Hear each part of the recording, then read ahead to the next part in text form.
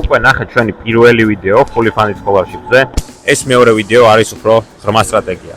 აქ გაჩვენებ როგორ გაზარდო მიღების შანსი მაქსიმუმამდე, რომელი გამოცდები სჭირდება ტოპ უნივერსიტეტებს, როგორ მუშაობს Erasmus Mundus-ი, რა ტაიმლაინი გამოიყენო, როგორ გამოიყურება ძლიერი კანდიდატი რეალურად. და ბოლოს გაჩვენებ ბონუს სტრატეგიას, რომელსაც იყენებენ წარმატებული აპლიკანტები. თუ გინდა სწავლა ევროპაში ან ამერიკაში 100%-იანი დაფინანსებით. ეს ვიდეო უნდა ნახო ბოლომდე. ბევრი სტუდენტი კარგავს შანსს არა იმიტომ რომ სუსტი კანდიდატია. არამედ იმიტომ რომ არ იცის სრული სისტემა. ისინი ემზადებიან მხოლოდ ერთ სკოლარშიპზე. ან იწყებენ ძალიან გვიან.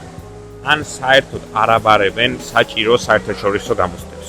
შედეგი კარგი პროფილიც კი ხშირად იღებს უარს, რადგან კონკურენცია გლობალურია.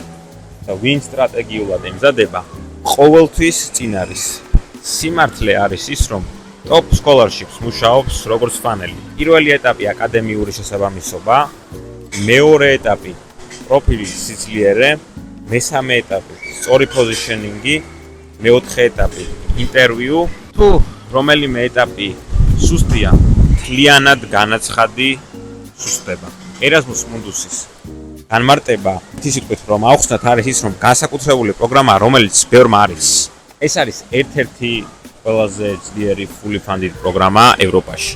განსხვავება ისაა რომ სწავლობ რამდენიმე ქვეყანაში. მაგალითად, პირველი სემესტრი იტალიაში, მეორე სემესტრი საფრანგეთში, მესამე სემესტრი გერმანიაში და იღებ ერთობლივ ევროპულ დიპლომს.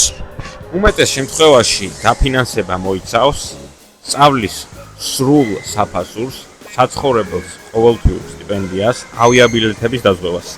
Erasmus Mundus-ი განსაკუთრებით ძლიერია ამ დარგებში: data science, AI, economics, engineering, public policy, sustainability. ახლა რომ გავაკეთოთ ჩვენ international exam strategy, ყველაზე მნიშვნელოვანი ნაწილია ეს საერთაშორისო გამოცდები. თუ გინდა ტოპ უნივერსიტეტი, ხშირად დაგჭირდება IELTS-ი ან TOEFL. ზოგ პროგრამაზე ასევე საჭიროა GRE ან ბიზნეს მიმართულებაზე GMAT. რატომ არის ეს მნიშვნელოვანი? რადგან უნივერსიტეტი იღებს ათასობით განაცხადს სხვადასხვა ქვეყნიდან. სტანდარტიზებული გამოცდები აძლევს მათ შედარების საშუალებას. მაგალითად, IELTS-ი 7.5+ უკვე ძლიერი სიგნალს აძლევს კომისიას. GRE მაღალი ქულა აჩვენებს ანალიტიკალ უნარებს. GMAT-ი მნიშვნელოვანია finance და MBA პროგრამებისთვის.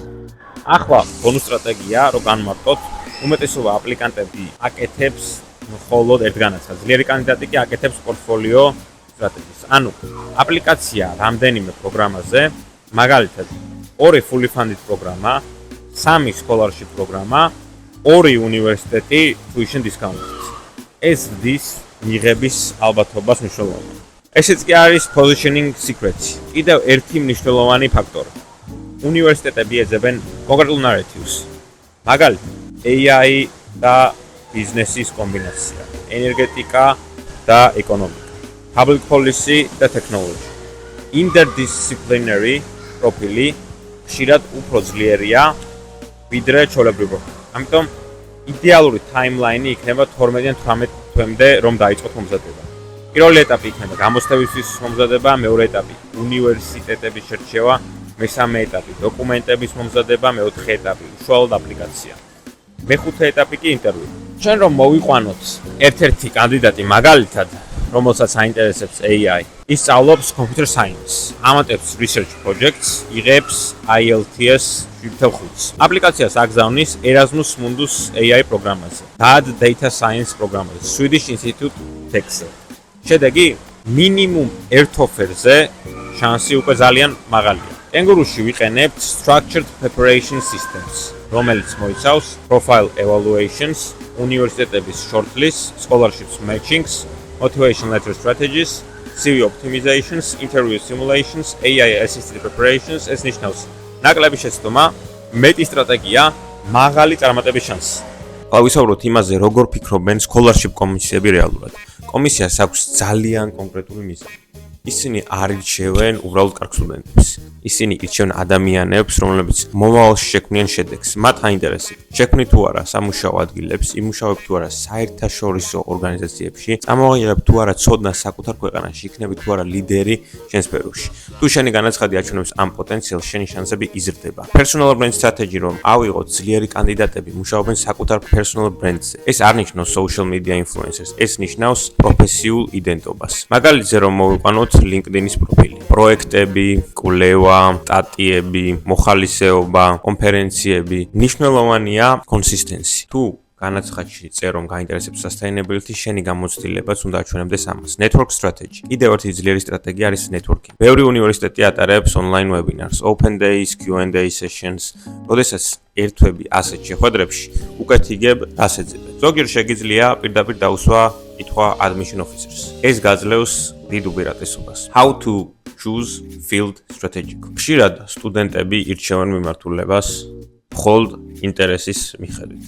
მაგრამ ძლიერი სტრატეგია ითვალისწინებს შრომის ბაზარს, მომავალ ტრენდებს, ტექნოლოგიურ განვითარებას. მაგალითად, დღეს მაღალი მოთხოვნაა AI, data science, cyber security, energy transition, digital business, public policy. თუ შენი მიმართულება დაკავშირებულია მომავალ ეკონომიკასთან, scholarship კომისიები უფრო დაინტერესებულნი არიან.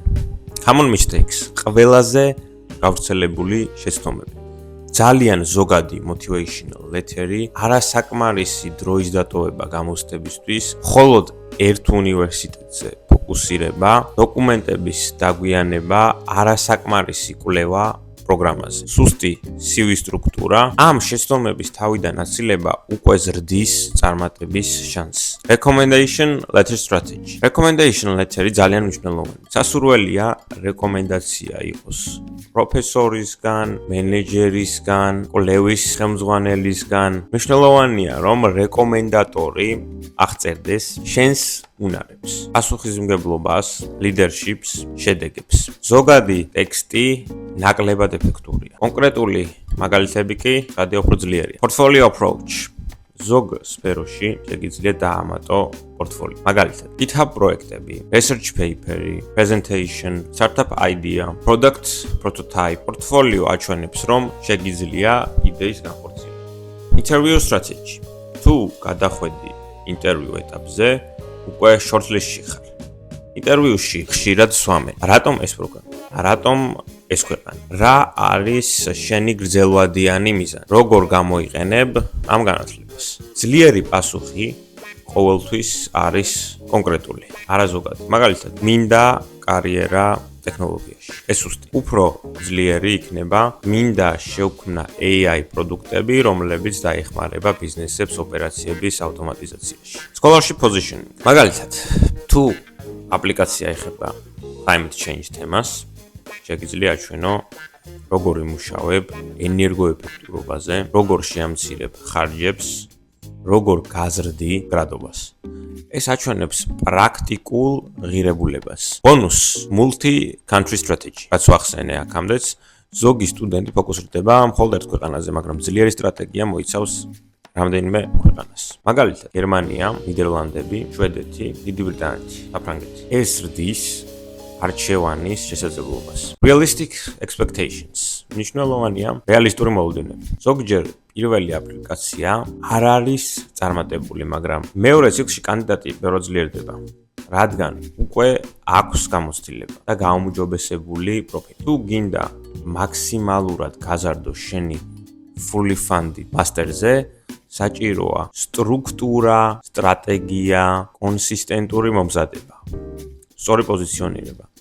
კენგურუ გთავაზობს სრულ ხარდაჭერას პროცესში. პროფილის შეფასება, უნივერსიტეტების შერჩევა, scholarship matching-ი, motivation letter guidance-ი, CV optimization-ი, interview preparation-ი, AI assisted workflow. ეს ამცირებს რისკს და ზრდის მიღების ალბათობას. Kanguru Global Guidance. Apply now.